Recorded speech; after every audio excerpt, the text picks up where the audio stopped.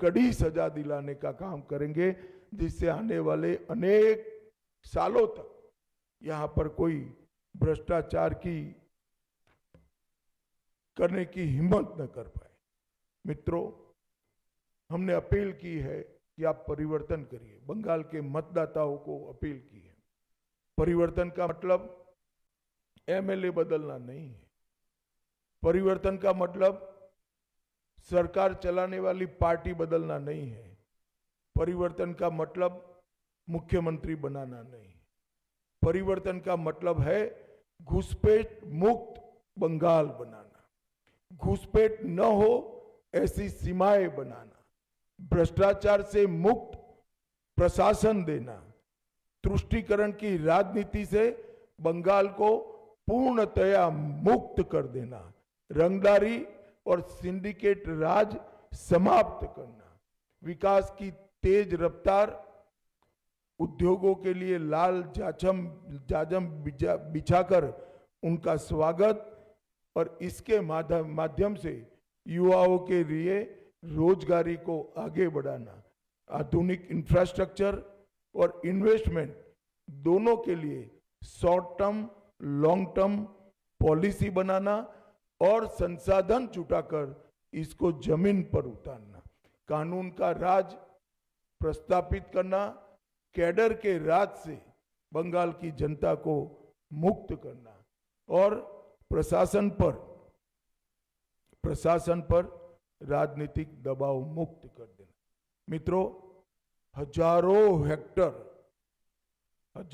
Hector भूमि अनधिकृत encroachment में है। हम आसाम की तर्ज पर बंगाल में भी अनधिकृत एंक्रोचमेंट पर बहुत बड़ा ड्राइव चलाकर ये जमीन को बंगाल के विकास के लिए हम मुक्त कराने का काम करेंगे। यहाँ पर धार्मिक उत्सवों पर हमले की जो परंपरा बनी है, हम सुनिश्चित करेंगे कि सभी प्रकार के धार्मिक उत्सव, चाहे रामनवमी हो, चाहे सरस्वती पूजा हो, चाहे दुर्गा विसर्जन हो, कोई इस पर हमला न कर पाए, वो सुनिश्चित करेंगे। अंत में मैं बंगाल की जनता को इतना ही कहना चाहता हूं, देश का एक बहुत बड़ा हिस्सा नरेंद्र मोदी जी के नेतृत्व में विकसित भारत की यात्रा में जुड़ चुका है। आपका प्यार, आपका उत्साह, आपका एक प्रकार का भरोसा, ये पूरे प्रचार अभियान में नरेंद्र मोदी जी के लिए सरफेस पर आकर दिखाई पड़ा है और मैं मानता हूं कि भरोसा वोट में कन्वर्ट होकर विजय भारतीय जनता पार्टी की कराएगा। मैं फिर से एक बार दूसरे चरण के सभी मतदाताओं को कहना चाहता हूं, भय मुक्त होकर मतदान करिए, अपनी इच्छा से मतदान करिए और मतदान में रेगिंग न हो, इसकी बहुत अच्छी व्यवस्था चुनाव आयोग ने की है। पुराने चुनाव भूल जाइए, आने वाले बंगाल के सुनहरे भविष्य के लिए हम मतदान करें और भारतीय जनता पार्टी की सरकार बनाएं। और फिर से एक बार अंत में पहले चरण के मतदाताओं का और इलेक्शन कमीशन की अगुवाई में जो सारा तंत्र है, उसका बहुत बहुत अभिनंदन, धन्यवाद। धन्यवाद। प्रश्नोत्तर मौमिता चक्रवर्ती, जी 24 घंटा।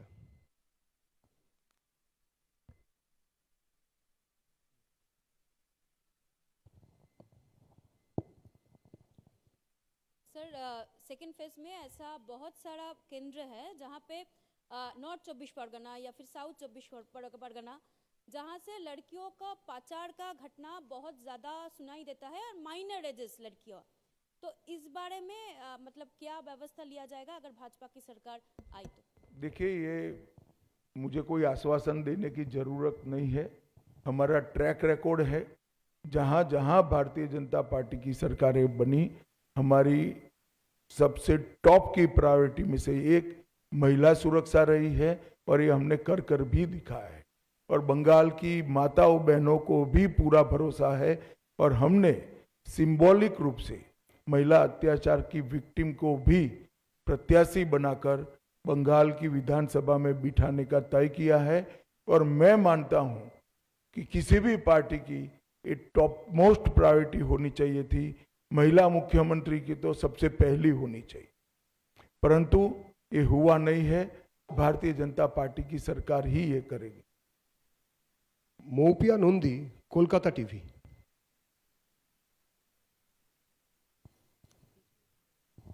Good morning sir. सर, जो अगला जो नेक्स्ट दूसरा चरण पे जितने सारे सीटों में वोट है वो अभी तक आपके लिए थोड़ा सा टफ। नहीं, हमारे लिए तो पूरा बंगाल ही टफ था। 3 ही सीट थी हमारी। हमने ऐसे कई राज्य हैं जहां सीधी सरकारें बनाई, आसाम, त्रिपुरा, मणिपुर, ढेर सारे राज्य हैं ऐसे। और ये कोई नई बात नहीं है भारतीय जनता पार्टी। अभी तो हम 77 सीटों की पीठ पर बैठे हैं। यहां से सरकार बनाना बहुत सरल है। और सरकारें भारतीय जनता पार्टी नहीं बनाती, सरकारें देश की जनता बनाती है, बंगाल की जनता बनाती है। हमने पूरे प्रचार में उत्साह देखा है। इस बार भाजपा की सरकार बनना सुनिश्चित है। आप भी भाजपा के लिए वोट कर दीजिए, आपका योगदान रजिस्टर्ड हो जाएगा। बैठिए। Rohit Khanna, times of India. Sir, दो सवाल. Do you see, sir, this and there is a palpable thing that, sir, there is a lot of anti-incumbency vote this time with the high turnout. Do you see, sir, this anti-incumbency vote fragmented, and also do you see, sir, there will be a lot of seats where the winning margin will be very thin? मुझे तो tsunami दिख रही है भाई, और मुझे लगता है कि बहुत बड़े मार्जिन के साथ सीटें भी बढ़ेगी और सीट जीतने का मार्जिन भी बढ़ेगा। कल मैं मध्यम ग्राम में गया था, रात को जो नजारा देखा है, मध्यम ग्राम में मैं चौथी बार प्रचार करने के लिए गया, पहली बार नहीं गया हूं। मध्यम ग्राम में रोड शो बहुत, मतलब मेरी कल्पना से बहुत बड़ा था।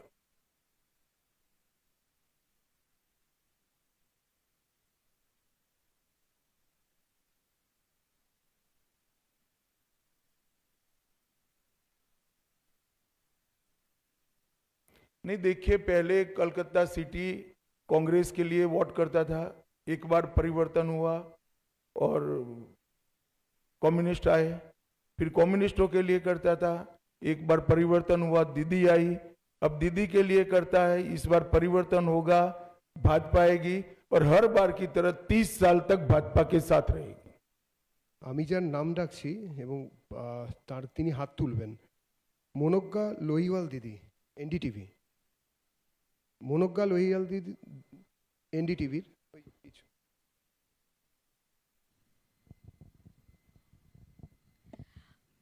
अमित जी, मेरा सवाल ये है कि अभी तक प्रधानमंत्री नरेंद्र मोदी ने झालमुड़ी खाई है, नाव में आज सैर की है और उसके बाद गंगा नदी और बाकी सबकी बातें हुई हैं। जो भी होता है उसे मुख्यमंत्री ममता बनर्जी कहती हैं या तो पब्लिसिटी स्टंट है या फिर बंगाल में एक जगह बनाने की ममता जी कोशिश का है। मानसिकता ऐसा है, मोदी जी बोलेंगे नहीं कभी, मगर गलती से बोल जाए टीएमसी को वोट दो तो कहे नो नो नो नहीं देना है, मोदी कहता है टीएमसी को वोट मत देना। अब ममता जी को कौन समझ सकता है? भला कोई गंगा में नाव से सैर करे और अपने आप को गंगा किनारे रहने के वाले लोगों के साथ जोड़कर गंगा के शुद्धिकरण का वादा याद कराए, इसमें क्या आपत्ति हो सकती है?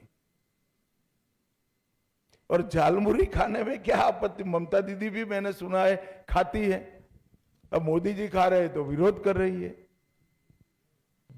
বিপ্রশ্রী, आनंदबाजार पत्रिका। भाई ये आगे से हाथ खड़े करते हैं, उनको बुलाओ यार, तुम कमाल आदमी हो। Good morning, sir. You were in the state for last couple of days before the election. On that basis, अरे यार, कपल ऑफ डेज नहीं, 14वां दिन है आज। 14th day. भयानक तरीके से रिड्यूस करते हो यार। Trinamool has challenged you on that basis that 4th May on the date of result, you. बैठ जाओ। ये अभिषेक जी की भाषा है, मैं ना इसका जवाब दे सकता हूँ ना रिस्पॉन्ड कर सकता हूँ।